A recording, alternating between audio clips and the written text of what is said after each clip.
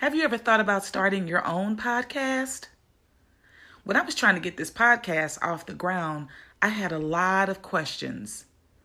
How do I record an episode? How do I get my show into all the apps people like to listen? How do I make money from my podcast? The answer to every one of these questions is really simple. Anchor. Anchor is a one-stop shop for recording, hosting, and distributing your podcast. Best of all, it's 100% free and ridiculously easy to use. And now, Anchor can match you with great sponsors who want to advertise on your podcast. That means you can get paid to podcast right away. In fact, that's what I'm doing right now by reading this ad. I've enjoyed using Anchor. It is easy to maneuver. The followers have told me that it's easy to download and easy to follow. So if you've always wanted to start a podcast, make money doing it. Go to anchor.fm/start to join me and the diverse community of podcasters already using Anchor. That's anchor.fm/start. I can't wait to hear your podcast.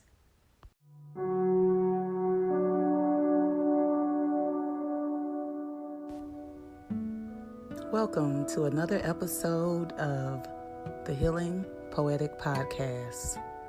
I am your host, Keya McClain, and welcome back. I'm glad to have you. If this is your first time, I just hope that you will go ahead and start following me so that you can stay tuned to the weekly podcast. This week, I want to discuss something that is extremely important, and it is something that I feel like is necessary when it comes to the healing process, something that we have to examine and do the work towards. So, what part of your childhood are you still carrying around with you? How old is the inner you? And we have to realize that some of us are carrying our trauma from the 10-year-old version of ourselves, or all the childhood pain. And when we have kids, we dump that pain on them. Now, the way to end the generational curses is to do what? Well, I'm going to just share with you some of the things that I did. And, we need to get the help that's needed and required to be a healthier version of ourselves. And that starts the healing process. I learned that trying to bury the pain was much more detrimental to me than dealing with it, than working through it, than pinpointing the exact trigger that got me there. You see, when I buried it and attempted to ignore it, I didn't realize I had no clue, absolutely no clue, that in my attempt to bury it and ignore it, that I didn't realize my response or responses in my adult life was causing me to stay in my trauma. And it was causing me to repeat the patterns that got me there. You see, there were certain things that I realized had got me to that space. And so in my therapy, I had to go back to my childhood, where it started, and realize that certain things came to me because of generational curses. And this led me to examining my parenting and how I carried over some of that same hurt and trauma. Now, whether I did it in my words or my actions, my son was exposed to my pain, to my trauma, and to my hurt. We're responsible for our children and their well-being. at the very moment that we realize and can recognize our role and responsibilities as parents, we should adjust.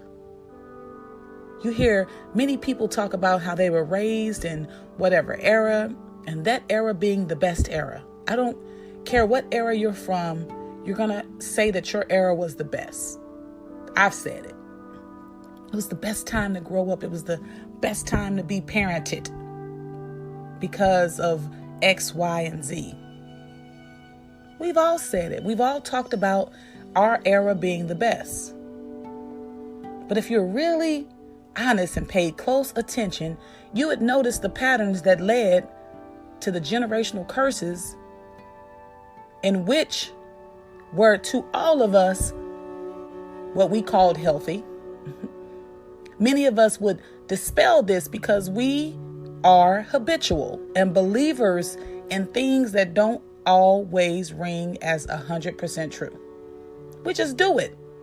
We believe it and then we follow it. And because we don't believe in understanding for ourselves or learning for ourselves, we just go with that. We just go with whatever the previous generation did or said. And then we say, oh, that was the best. But what's the healthiest? What's the most beneficial to children? My background is legal, and I worked in family law for a short amount of time. And the judge, along with what they call the guardian ad litem, GAL, who is the child's attorney, uses a phrase that says, what's in the best interest of the child? And so we have to do what's in the best interest of the child, not taking behavior and things that we've learned from previous eras and time and claiming that to be the best, even when it is handed down as painful trauma. We have to end that. So to believe, follow, and do it because others have done it and others are doing it does not make it always right. And then it teaches our children not to believe in anything but what we are handing down. Take this and accept this. And then our children, ultimately, it causes them other issues. They'll take less risk. It teaches our children that they are not in real control of their destiny and purpose. Not all of the things, but some of the things that we are handing down should have been put down a long time ago, if you ask me. A lot of things that we say to our children are hurtful and sabotaging. Some of us put unrealistic expectations on our children, while some put no expectations.